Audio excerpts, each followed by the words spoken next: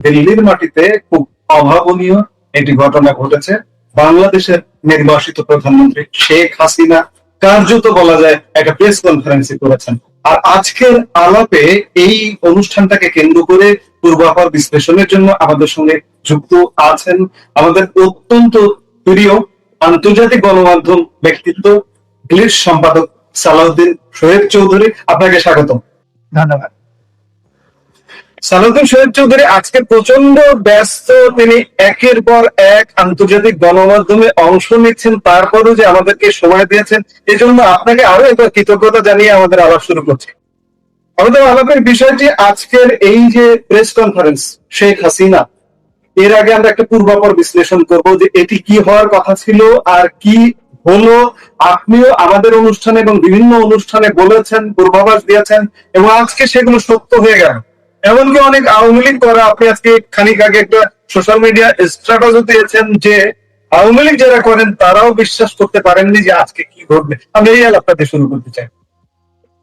অনেক অনেক ধন্যবাদ। দেখুন, আজকের থেকে আমরা কিন্তু একদম দৃশ্যত বাহ্যত সংবাদ সম্মেলন বলতে পারি না, এটা একেবারেই সংবাদ সম্মেলন ছিল। কারণ ওই সংবাদ সম্মেলনে শেখ হাসিনা 25টি প্রশ্নের জবাব দিয়েছেন।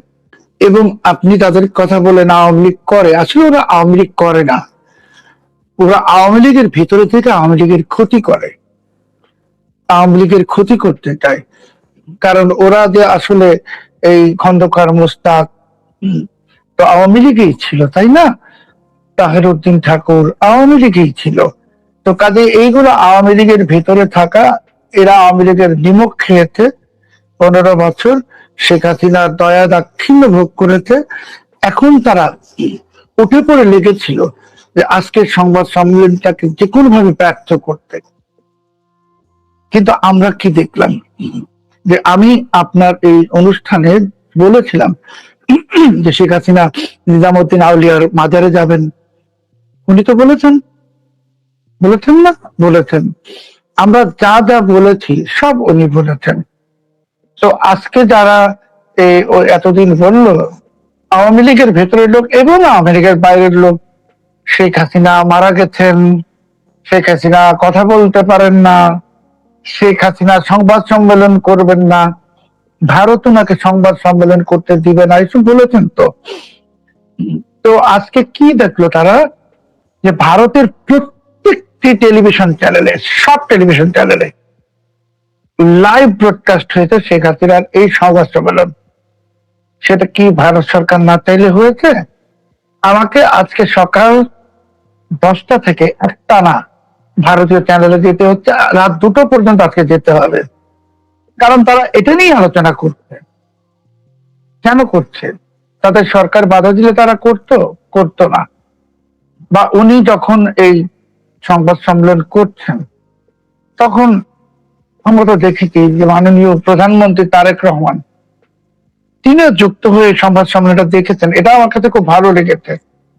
বা যখন ভারপ্রাপ্ত রাষ্ট্রপতি মিস্টার হাফিজ উনি যে বলেছেন যে শেখ হাসিনা আসলে উনি ঢাকায় দেখা করতে চান, আমরা তো এটাই দেখতে চাই। এটাই তো গণতন্ত্রের সৌন্দর্য। জামাত বা বাংলাদেশ বিরোধীরা যেটা বলে, যেটা চায়, সেটা তো বাংলাদেশকে ধ্বংস করার। আমি তো বলেছিলাম যে বাংলাদেশে তো রাজনৈতিক দল বললে দুটোই আছে, আওয়ামী লীগ এবং বিএনপি। এই জন্য দেশের গণতন্ত্রকে রক্ষা করার জন্য, এই দেশের অর্থনীতিকে ইউনুস যে ধ্বংস করেছে, এটাকে আবার ঘুরে দাঁড়ানোর জন্য দুই দলের একত্রিত হওয়া ছাড়া, অন্তর্ভুক্তিমূলক রাজনীতি ছাড়া তো এটা সম্ভব না। এবং সেই সূর্যটা আজকে উঠেছে সংবাদ সম্মেলনের মাধ্যমে। এখন শেখ হাসিনাকে আপনারা এতদিন বা সবাই দেখেছেন যে উনি সাক্ষাৎকার দিয়েছেন ইমেইলে বা কোনো একটি পত্রিকার গণমাধ্যমের সাথে, রয়টার্স, উনি নাকি ফোনে কথা বলেছেন, আমরা তো শুনিনি। তো তখন তো অনেকে বলেছেন না এটা উনি কথা বলেনি, এটা ইমেইল। আজকে কি বলবে?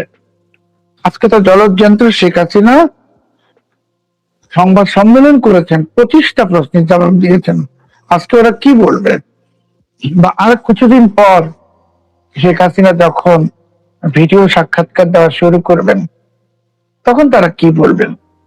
তো ওরা বা অন্যরা যে শেখ হাসিনা এটা কেন করেন না, শেখ হাসিনা সেটা কেন করেন না?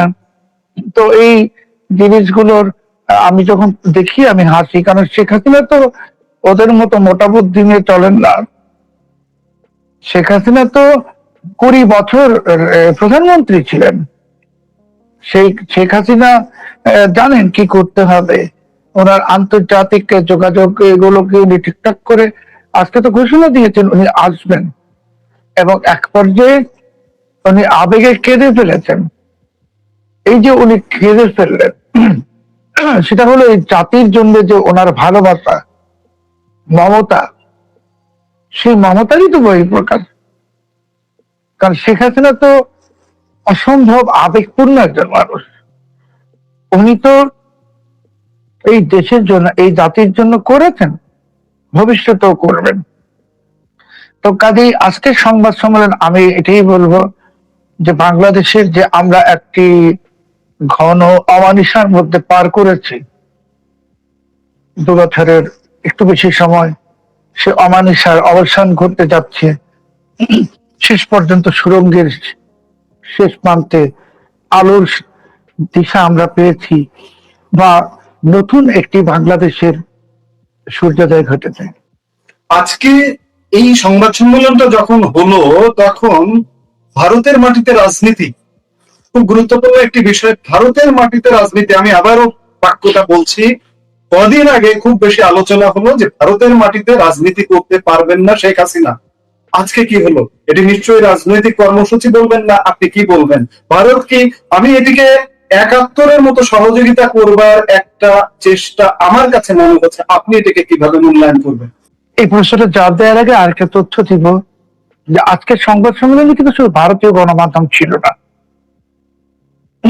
আজকের সংবাদ সম্মেলনে ওয়াল স্ট্রিট জার্নাল ছিল, নিউ ইয়র্ক টাইমস ছিল, ওয়াশিংটন পোস্ট ছিল, আর অসংখ্য আন্তর্জাতিক গণমাধ্যমের সাংবাদিকরা, ভারতীয় সাংবাদিক না, ওরা সাংবাদিক পাঠিয়েছেন এটাকে কাভার করার জন্য।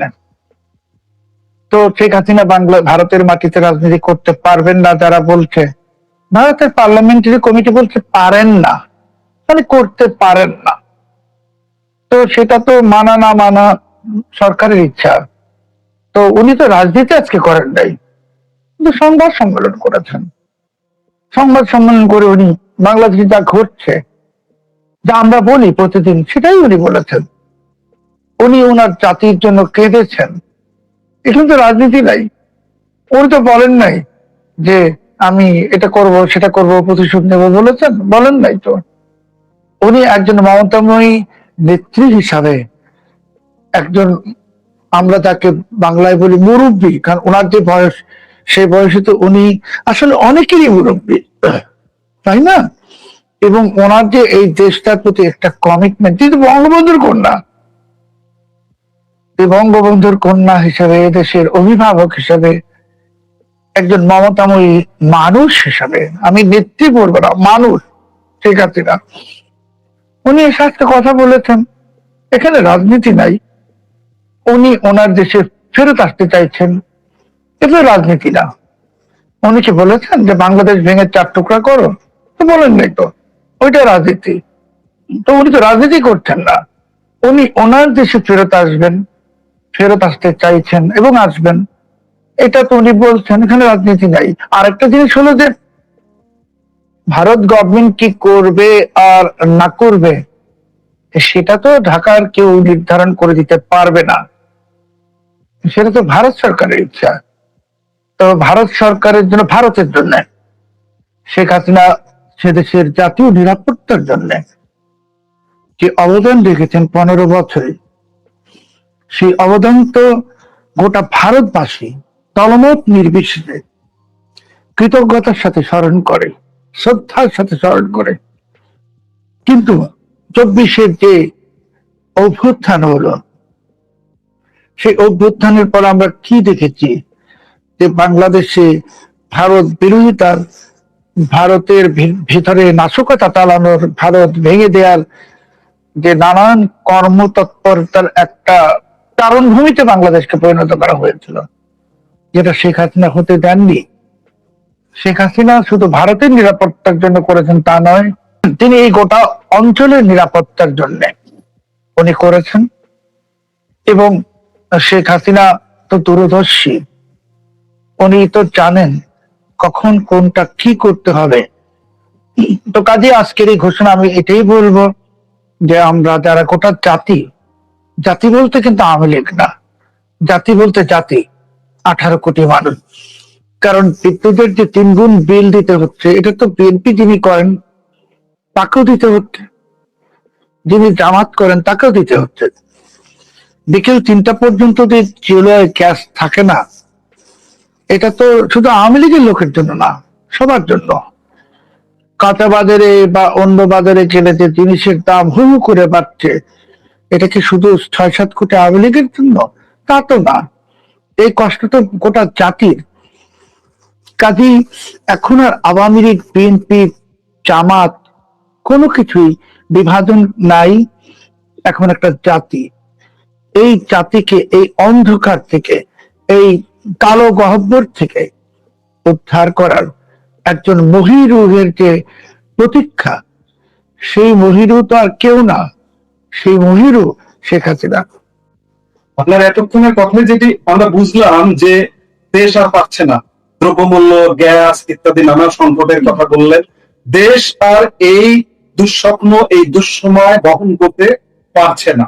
আমরা শেষ প্রশ্ন করব যে এই অনুষ্ঠানটাকে ঠেকিয়ে দেবার জন্য বাংলাদেশের ঢাকা সরকার থেকে শুরু করে এমনকি এটিও শোনা যায় যে পিআর পর্যন্ত নিয়োগ করা হয়েছে, যে আন্তর্জাতিক গণমাধ্যমের প্রতিনিধিরা যেন সেখানে উপস্থিত হতে না পারেন ইত্যাদি নানাভাবে আটকে দেওয়ার চেষ্টা করা হয়েছিল। আজকের অনুষ্ঠানটি কি প্রমাণ করে যে শেখ হাসিনাকে আর আটকে দেওয়া যাচ্ছে না, তিনি আসছেনই দেশে? দেখুন, আপনি যে সমস্ত অপতৎপরতার কথা উল্লেখ করলেন, ওরা তো এমনকি আপনার সঙ্গে যে আমার কথা হলো এই প্ল্যাটফর্মে এই গত সপ্তাহে, তারা তো এটাকে গুজব বলে মানে প্রচার করার চেষ্টা করলো যে আমরা গুজব ছড়িয়েছি।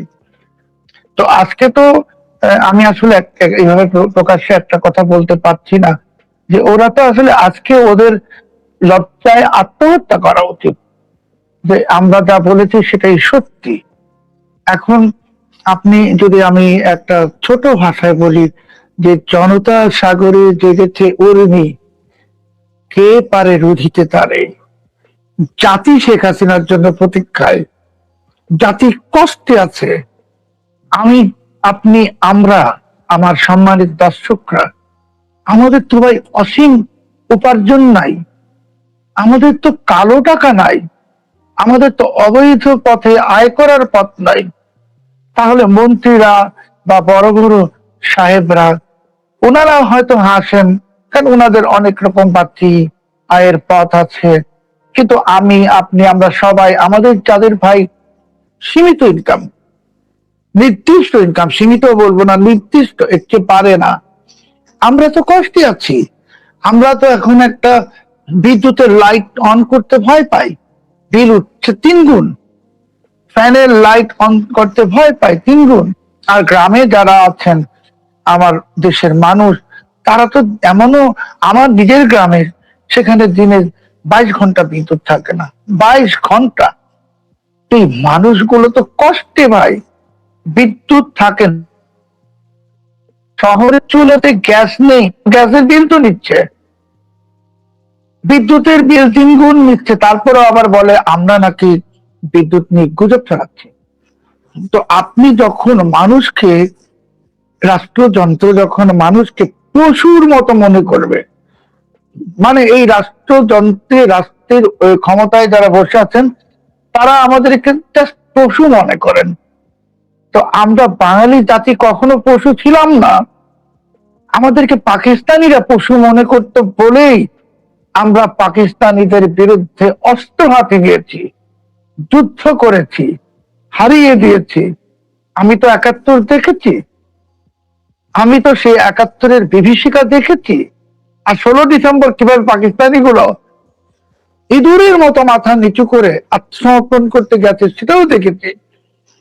কাজী বাঙালি জাতিকে আপনারা অসম্মান করছেন, বাঙালি জাতিকে আপনারা অপমান করছেন, বাঙালি জাতিকে নিয়ে আপনারা মস্করা করছেন রাষ্ট্র ক্ষমতায় যারা। আপনারা কেন ভুলে যান যে এই বাঙালি ভাওয়াইয়া গান গায়, এই বাঙালি বাঁশি বাজায়, দোতরা বাজায়, এই বাঙালি প্রয়োজনে অস্ত্র হাতে তুলে নেয়। কাজেই আমরা বাঙালিরা জেগে উঠে গেছি, 18 কোটি বাঙালি জেগে উঠেছে।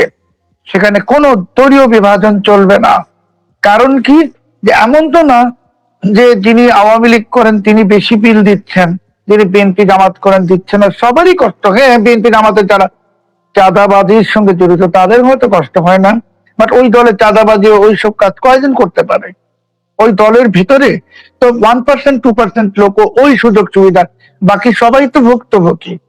তো আমি বলবো যে অবহেলিত সমাজ, নিপীড়িত সমাজ, পদদলিত মানুষ বাঙালি, তারা জেগে উঠেছে, প্রতীক্ষার প্রহর গুনছে।